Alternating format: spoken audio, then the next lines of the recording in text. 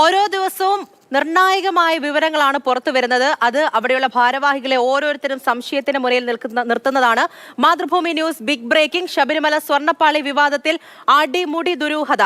1998 വിജയ് മല്യ സമർപ്പിച്ച ദ്വാരപാലക ശില്പത്തിലെ സ്വർണ്ണപ്പാളി അത് 2019 ചെമ്പായി മാറിയത് എങ്ങനെയാണ് എന്നുള്ള ചോദ്യമാണ് ഉയർന്നു നിൽക്കുന്നത്.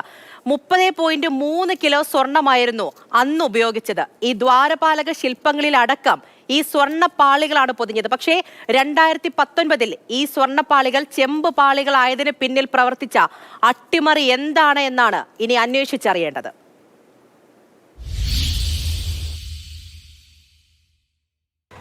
UB ഗ്രൂപ്പ് ചെയർമാൻ വിജയ് മല്യയുടെ വഴിപാടായിട്ടാണ് ശബരിമല ക്ഷേത്ര ശ്രീകോവിൽ സ്വർണം പൊതിഞ്ഞത്.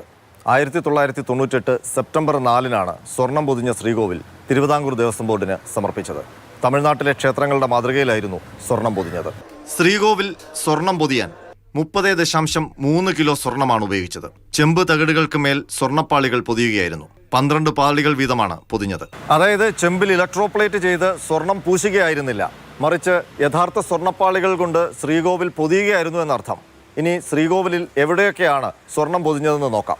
ശ്രീകോവിലിന്റെ മേൽക്കൂരയിലെ 4 നാഗരൂപങ്ങൾ, ശ്രീകോവിലിന്റെ സീലിംഗ്, 2 ദ്വാരപാലക ശില്പങ്ങൾ, ഭിത്തിയിലെ അയ്യപ്പചരിതം എഴുതിയ തകിടുകൾ, 2 കമാനങ്ങൾ, ശ്രീകോവിലിലെ കാണിക്കവഞ്ചി, ശ്രീകോവിലിലെ 3 കലശങ്ങൾ, ശ്രീകോവിലിന് ചുറ്റുമുള്ള ആനകളുടെ പ്രതിമകൾ, 3 കർണകൂടവും തൂണുകളും, ശ്രീകോവിലിന്റെ മുഖ്യ കവാടം, കന്നിമൂല ഗണപതി കോവിലിന്റെ കലശം, നാഗരാജ കോവിലിന്റെ കലശം.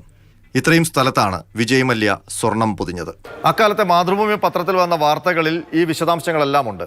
സ്വർണ്ണ ശ്രീകോവിൽ സമർപ്പണത്തിന് മുന്നോടിയായി വിജയ് മല്യ നടത്തിയ വാർത്താ സമ്മേളനത്തിലും ഈ കാര്യങ്ങൾ വിവരിക്കുന്നുണ്ട്. അപ്പോൾ വിജയ് മല്യ പൊതിഞ്ഞ ഒറിജിനൽ സ്വർണ്ണപ്പാളികളാണ് ദ്വാരപാലക ശില്പങ്ങളിൽ ഉണ്ടായിരുന്നത്. അതാണ് 2019 ചെമ്പ് പാളികളായി മാറിയത്. ഏതായാലും ഒരു കാര്യം വ്യക്തമാണ്, ശബരിമല ശ്രീകോവിലിൽ വിജയ് മല്യ സമർപ്പിച്ച 30 കിലോ സ്വർണത്തിൽ നിന്ന് ദ്വാരപാലക ശില്പത്തിലെ സ്വർണം മോഷണം പോയിരിക്കുന്നു. അത് കണ്ടെത്താൻ ഉന്നതതല അന്വേഷണം തന്നെ ആവശ്യമാണ്. R Ananthakrishnan, Mathrubhumi news, Thiruvananthapuram.